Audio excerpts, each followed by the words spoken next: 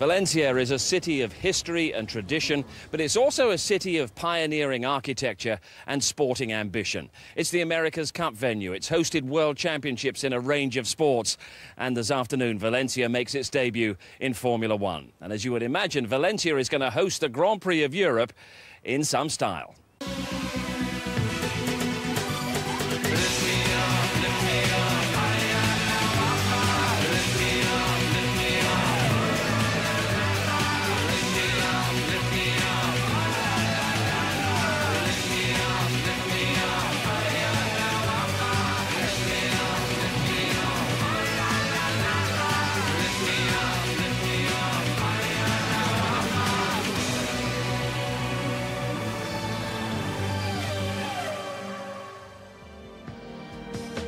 The city of Valencia has already won its first Formula One race, a 9-month intensive construction project around the old harbour. Valencia successful in its race against time, and now it's ready for the Grand Prix of Europe. We won and lost. It's very difficult to say. For sure the start is always important, but I think the whole race itself, you know, in the last race, the biggest problem was 3 laps to go. So we need to think about the whole race and trying to bring the car home. I think we have a great car, so the chance to fight for the victory is quite big. I think it's going to be quite an exciting race. I think I'm quite surprised there's not been any particular shunts while we've been here, as it's a new street circuit. But no, everyone's obviously doing a great job. I think in the race it's going to be tight. It's going to be difficult to overtake. But I guess it's who looks after their tyres most, who doesn't make mistakes. I think we didn't choose the right tyre for the last run. It was clearly worse. It's quite disappointing, but we try to do better tomorrow.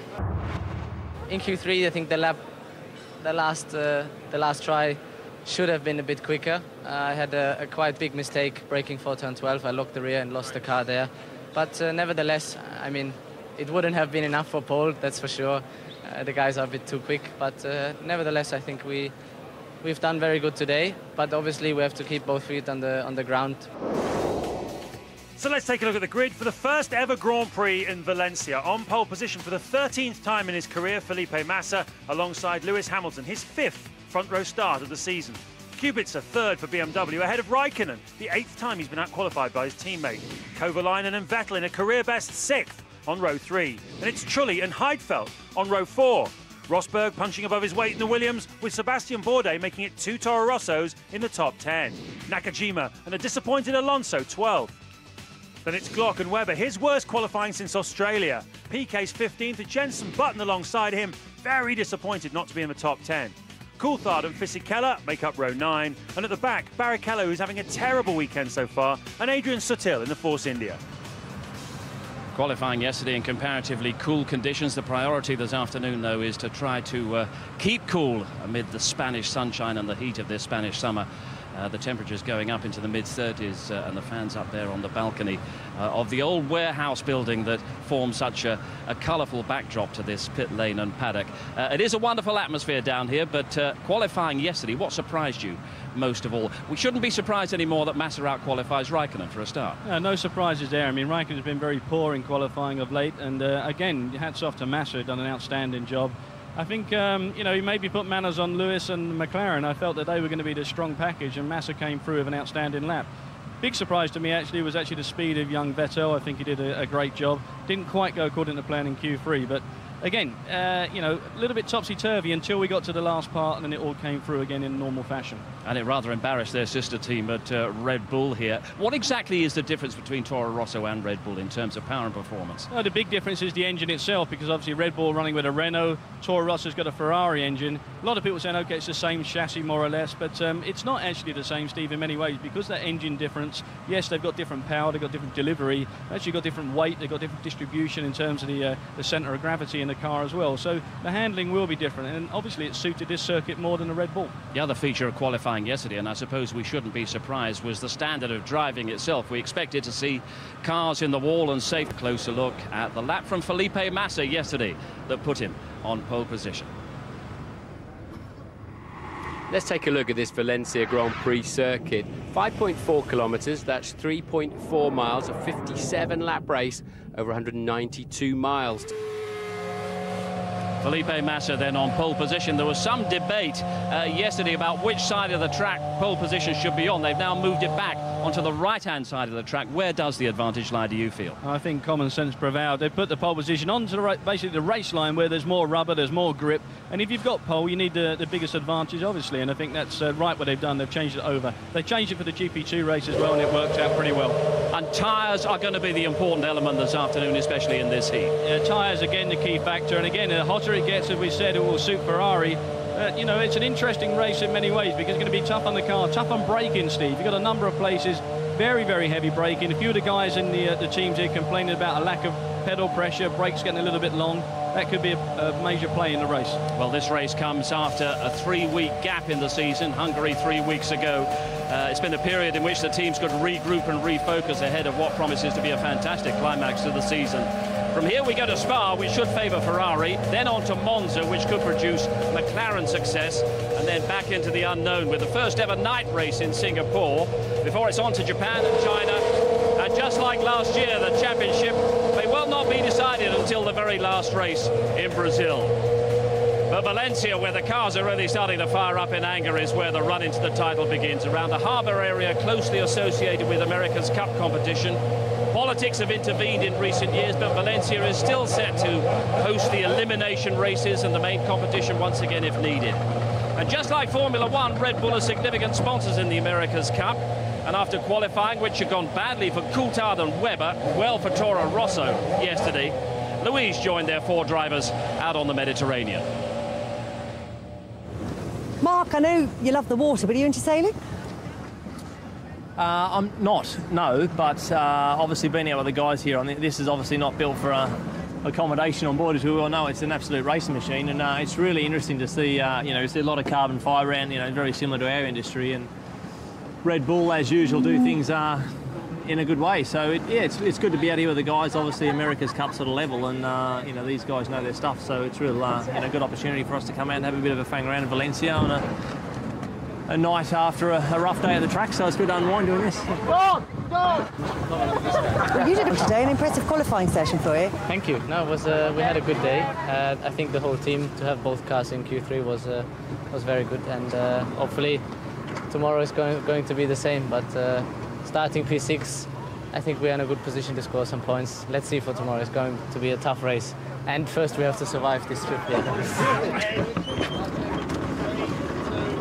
People have said that this is like some of the US street venues. Sebastian, you'd be as good a judge of any as that. Do you think that's a fair comment? I wouldn't say that. It's very unique. I mean, you rarely see street courses that wide, that nicely paved. There's no bump at all. It's first-class asphalt. Even on road tracks, you hardly have better quality than this. So, no, I think they've really set their own apart, and you know, it's interesting. I have to say, it's quite an interesting track. What do you think, David? Do you think it's got atmosphere, or do you think it's going to take a little while to kind of grow into itself? Yeah, I think the atmosphere will build over the coming years. I think what creates a lot of the atmosphere in Monaco is the boats in the harbour, having view of the track. And I don't really think there's many corners here where you could be on a boat, unless it was an extremely large one, and see the circuit. And then for some bizarre reason, there doesn't seem to be any boats in the harbour really. So they've kind of missed out in creating that atmosphere. And in terms of you asking Sebastian about in comparison to American circuits, I didn't see anyone eating hot dogs and hamburgers, so you know, we're definitely not in America. Well, there's no mutiny among the crew yesterday, but a certain tension, I'm sure, between Toro Rosso and Red Bull. Mark Webber was quite outspoken yesterday about the advantage he sees that Toro Rosso have got with that Ferrari engine compared to the Renault here. I think it's a little dig at Renault, basically trying to say, you know, we need a little bit more power, we need a bit more smoother delivery maybe in trying to get our car to work. And what's evident is that the Renault car itself is also having a little power struggle when it gets out onto the circuit. And it's also evident that the Ferrari sits on pole position, so there's something there. He's definitely got a point. Well, back on dry land for the two teams. Well, the drivers' parade took place a short time ago, and it's all grandstand seating around the circuit, no other viewpoints, and as David Coulthard was saying, very little to see from boats in the harbour, but instead that crowd is close, the walls are close, the atmosphere is going to be absolutely intense. And one of the great things about this new circuit, as Ted Kravitz reports, it's got so many things that set it apart from the more routine circuits that arrive on the Formula One scene.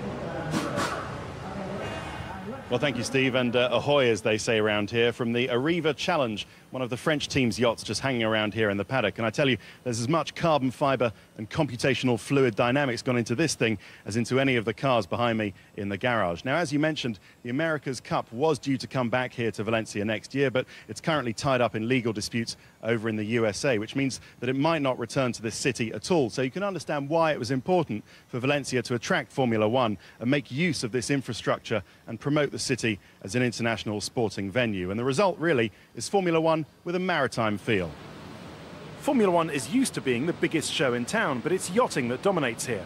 Big boat houses from Team New Zealand, Team Espanol and Victory Challenge tower over the F1 motorhomes. It's even on all the drain covers. The track may border a large container port on the far side of the circuit, but now the race is here, the whole place has a vibrant, cosmopolitan feel. You know, you come to Valencia in the winter, there is not much to do. You come in the summer, there are too many things to do. And it's a nice place with the best weather of Spain, probably, all this coast, and typical paella. To cater for all that paella, you need a fish market, and that's what Formula One is using as its pit buildings. Hints of its seafood-related past adorn the beautiful old warehouses here. There are still other reminders of classic old Valencia around the port area. It's just that now there happens to be a Formula One track at the end of the street. Clearly there's a lot of redevelopment going on here right now, so it's not probably at its best state. I guess in 5 years it will be a lot prettier than it is right now. And it's your classic dusty Spanish place. I think they've got a big sand pit out the back of the town where they deliver sand all over Spain for building. So you have a nice dustiness over all your desk or your car constantly. So that's going to make the track very difficult to you know, day to day. There'll be a lot of, as you can see, the wind that's blowing as well. Obviously good for America's Cup, not so good for Formula One cars. The organisers are still ironing out some problems. A man who'd had one too many sangrias tried to make it across the track at the start of Friday practice, but was dealt with by a few burly security guards. To many in F1, though, Valencia has that wonderful old Iberian feel. It's a bit like Monaco. Great reminder of the ITV F1 website. It'll be the place for all the reaction and extra opinion and analysis after this Grand Prix of Europe. The fantasy game is there as well, plus video updates. That's the website. This is the ITV F1 competition, though. This weekend, you get a chance to become part of the Vodafone McLaren Mercedes team at the Italian Grand Prix. You and a friend will be flown to Milan on Thursday, the 11th of September, and stay in a 4-star hotel for 3 nights.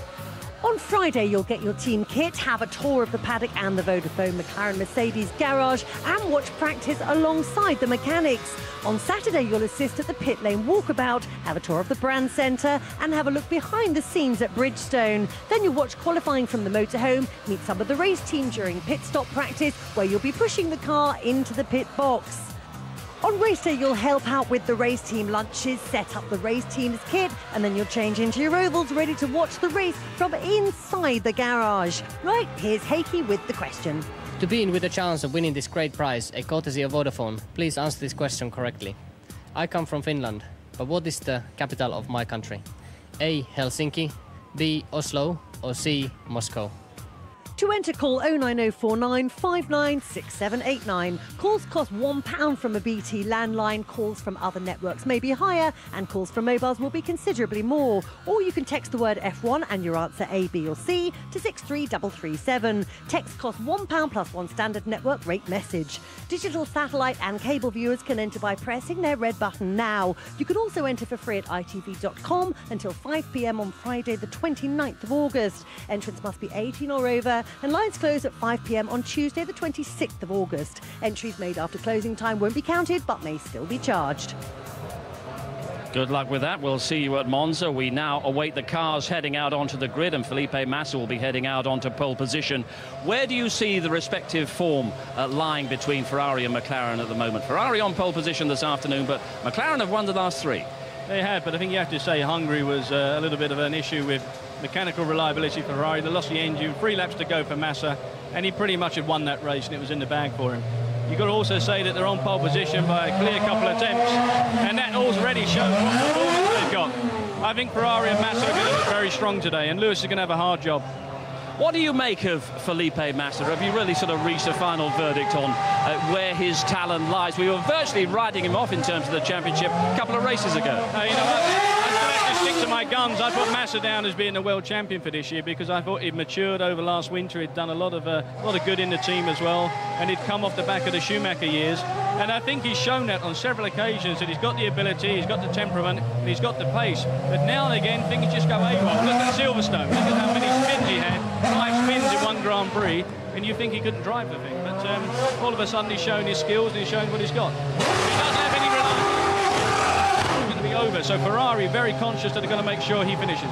Yeah, Hockenheim, he surrendered rather meekly, but in Hungary, he was an absolute tiger. Yeah, he's one of those guys, Steve, it seems to be when he's out front, nobody can touch him. If he's got to come through the pack, then he's a little bit of, having a struggle at that stage. And I think this kind of day today where he sits on pole, if he's off in the distance, he'd be tough to beat.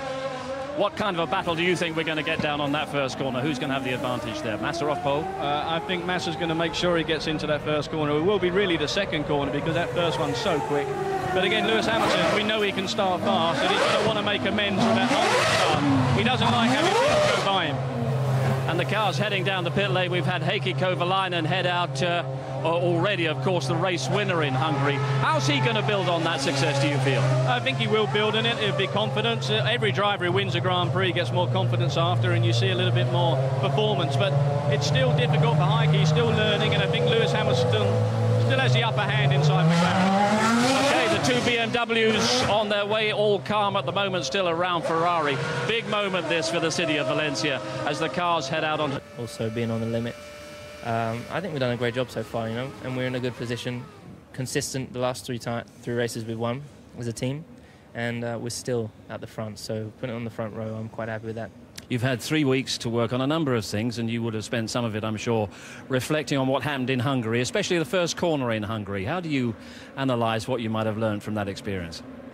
Hungary was a disappointing first corner for me.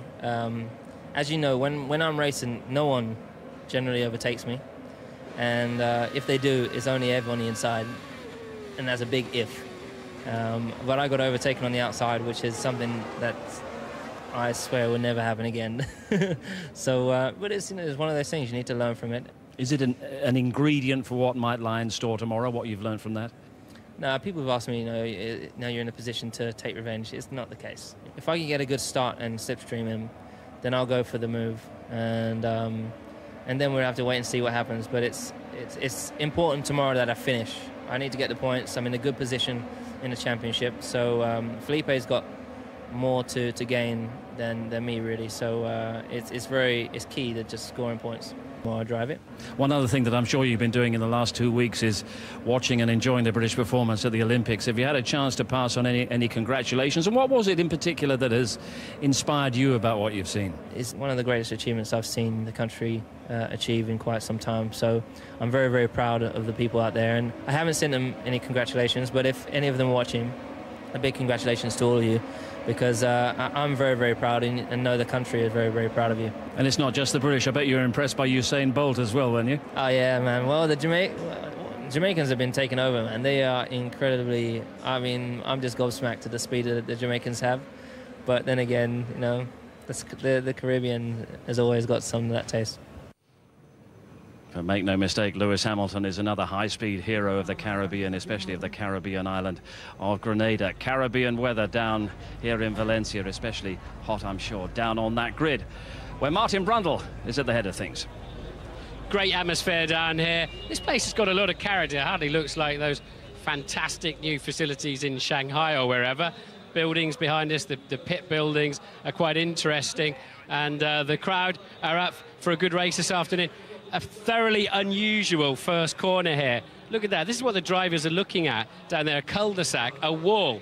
But what's important here is that it's a flat-out acceleration zone. And when they go through there, they're more or less fed straight into the braking point of turn 2. So the drivers are going to have to be really careful of that area. There's plenty of space to sort of run wide, and you can run wide on the grid too if anybody's stalled out. But we are expecting, but mind you, the GP2 drivers more or less all got through there somehow, and they drive every race like it's their last day on Earth. But the safety car, of course, won't be used for rain today, but there's been a lot of talk. It's been out in the GP2 race, all the other support races, because there's no perimeter road around the inside or outside of this racetrack where they can easily clear cars away and put cranes. So if a car crashes up against the wall, it's difficult to go and recover it with a motorised vehicle. And a lot of teams, especially in the second half of the grid, are working their strategy, hoping that thing comes out today. They're expecting it to come out. Having said all of that, we still haven't seen a Formula One car that's made it into the wall. So Felipe Massa is on pole in the Ferrari. He's got a right scrum around him over there. Superb lap he did, didn't he, for that position. The track temperatures are very hot. We think it's going to play into the hands of that Ferrari. I have to say, that engine cover, can you see that engine cover there, Andy? It's just a horrible looking thing. It's a good job when they change some of the aspects for next year. But the car itself working absolutely beautifully. Final preparations going on, all sorts of activity around the car. How many men have we got working on this car? 3, 6, 8, 10 or 12 guys working on the car, and hopefully there's nothing specifically wrong with it. I don't know. Felipe Massa is over there then talking to some Italian TV at the moment. I'd love to get a quick word with Michael Schumacher if he's up for it. I suspect he's going to say no. He always used to. Sorry to interrupt, Michael. Is there any chance of a quick word live on British TV? Oh, he's on the phone. He's actually on the phone. I didn't see that. Michael, any word of a quick word live, British TV? How you doing? Good. You're not so busy these days on the grid. Less, yeah. Sorry, I didn't realise you were on the telephone. That was rude of me. Sorry to butt in, Mario. So, quick word, what's your feeling? Ferrari got a good chance to win this? What do you think? I think they've got a very strong chance to win it, frankly. So do I, yeah. Yeah. And what do you think? These track temperatures playing into your hands? Well, honestly, I mean, we know that the cars and tires are very sensitive to track temperatures, but usually we don't have a problem, whatever temperature, if we have a reasonable setup, and we look to have one because we've been on pole yesterday. Now, what do you think of this track? Do you wish you were driving here? Motorbikes, maybe. Yeah, what's that? That's crazy. You keep crashing those things. No, I keep sliding those things. Yeah, I must admit, yeah. Well, you look like you're enjoying yourself doing that. Did it feel a bit dangerous? If you would have asked me 2 years ago, I would have said the same thing, but honestly, it's less dangerous than driving the Harley on the road. Yeah, well, I have to agree with you. I ride a bike on the road anyway. Finally, down into turn 2, you think we're going to see any problems? Them all tripping over each other? Looks a pretty risky area to me. I don't think so, because you're not driving, I'm not driving, so it should be clean. Yeah, that's true. I'm not going to run into you. Okay, good to talk to you. Mario, quick word, BMW, have you got how are you looking today? Kubica's... No, I'm really interrupting there, aren't I? Kubica's got a chance to win this race, surely. Nothing is sure in this business, but he's in a good position. Depends on the first stint. We don't know when the others will pit. I hope they will come in before us. We will see. Then we have a chance. Some of these guys are going to one-stop, aren't they, in the second half, the top 10, middle of the field? Presumably everybody at the front's two-stopping, you think? Yeah, I think so. I mean, one stop only makes sense if you are low down on the grid and wait for a safety car, which is a high chance here, so I expect some cars to be on a one-stop. All right, I'm really sorry to butt into your conversation. I've got 5 million people just want to know what's going to happen in the next couple of hours. Sorry to butt in. OK, let's cruise along. Can we find Kubica? He's off the grid, I think. He's away. And Vettel. Oh, it's Bernie. I wonder what Bernie thinks of this new track. Let's dive in here. I should... Bernie, you got a minute? What do you think of this new facility? You pleased with it?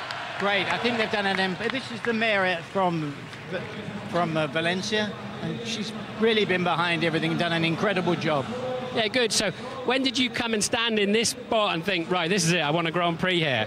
As soon as I came here. Yeah? So you went for it. So, I mean, the track's a great layout. I have to say, Tilke's done a good job on that. Should make a good race. Yeah, considering it's been 14 months from when they started, it's unbelievable. They've done a super job. All right, and the mayor's obviously happy too. Nice to meet you, ma'am.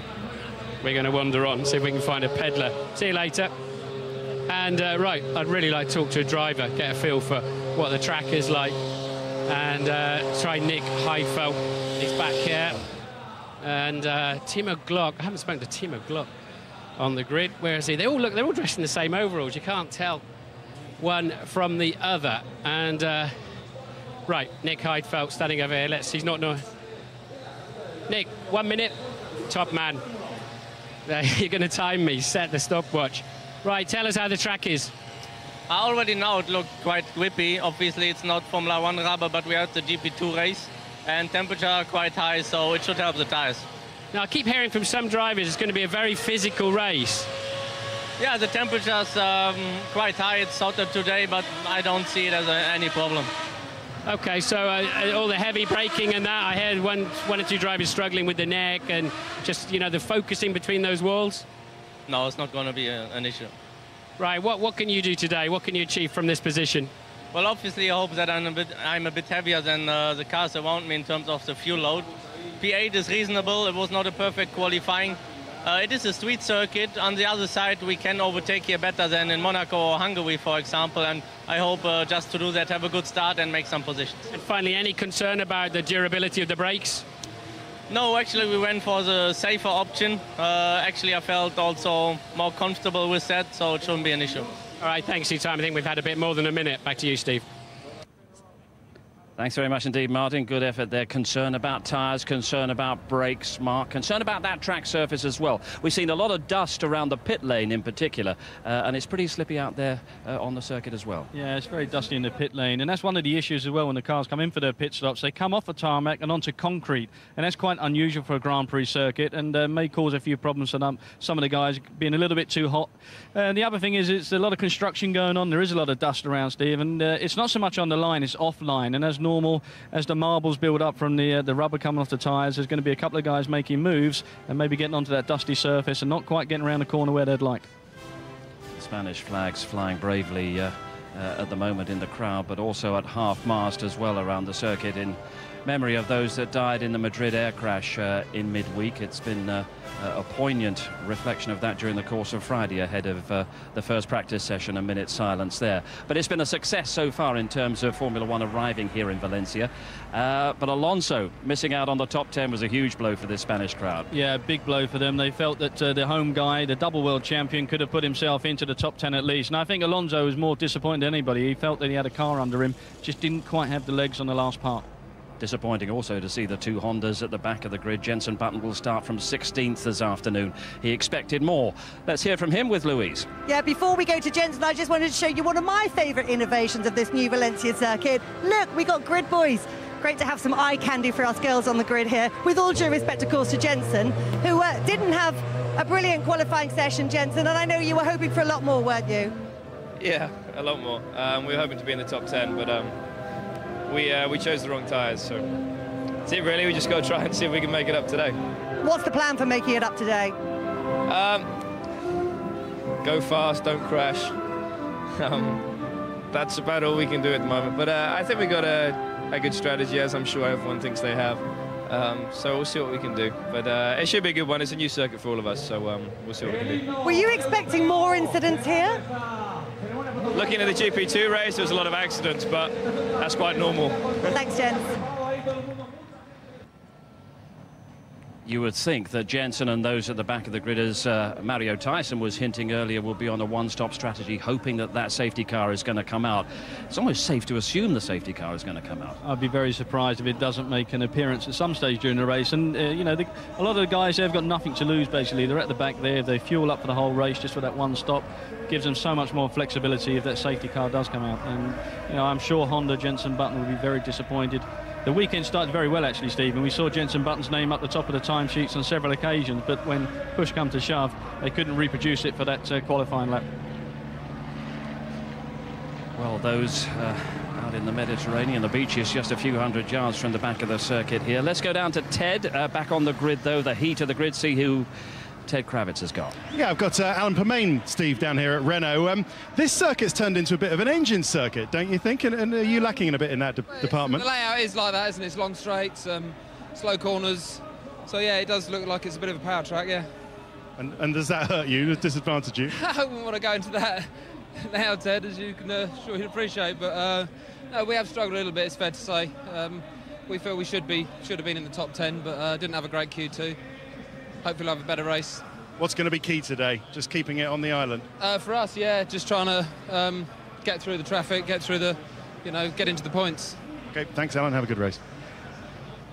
Yes, Renault have been given a great deal of food for thought over the last couple of days here. Toro Rosso, of course, powered by Ferrari engine, and Sebastian Vettel, his best ever qualifying, up to 6th as we look at Nico Rosberg. But how good is the young talent of Sebastian Vettel? Yeah, Vettel's very good indeed. He's come into the sport, made a big impression. He's progressing very quickly, going up to the Red Bull team now, which is the big team. But saying that, he must have second thoughts when he has a car underneath him, the same as his teammate there, Sebastian Bourdais, which is actually working a lot better than the big boys of Red Bull. And, I think at the end of the day, he will go somewhere and he'll go places very fast, but he's still going to need the equipment, and Red Bull still got a lot of work to do. And Sebastian Bourdais, of course, with a lot of experience of racing on these kind of circuits in America, and he was talking yesterday about how that was an advantage to him in his approach to this Grand Prix. I think it's probably his best race weekend so far. Let's wait and see what his race result is. But he's very tuned into this kind of track. It's a very similar situation of a US track where they set up in the streets of many big cities. And I think he's benefited from that. But overall, he is a lot closer to his teammate, and I think that's a big advantage for him. But the British fans, of course, their thoughts will principally be with Lewis Hamilton on that front row. What about Lewis's attitude in that interview? Nobody overtakes me on the outside. It's never going to happen again. Well, it's interesting to listen to Lewis because he's got that attitude on that basis, but then he very quickly turns and says, well, we need to collect the points. So, you can tell that Lewis has got that hunger there and he's got that fire in his belly, but he's also thinking about the big picture. And the big picture is collecting the valuable points and adding it towards that world title, and it's getting closer and closer. He will be thinking possibly also of maybe just getting round that first corner safely and getting the race underway, because it's been a circuit that has been created with a great deal of imagination, but over the couple of hours it's going to produce a supreme high-speed test of both car and driver. And with the opportunities that this circuit presents, we could be seeing a thrilling motor race as well. The grid will be clearing for the Grand Prix of Europe after we return.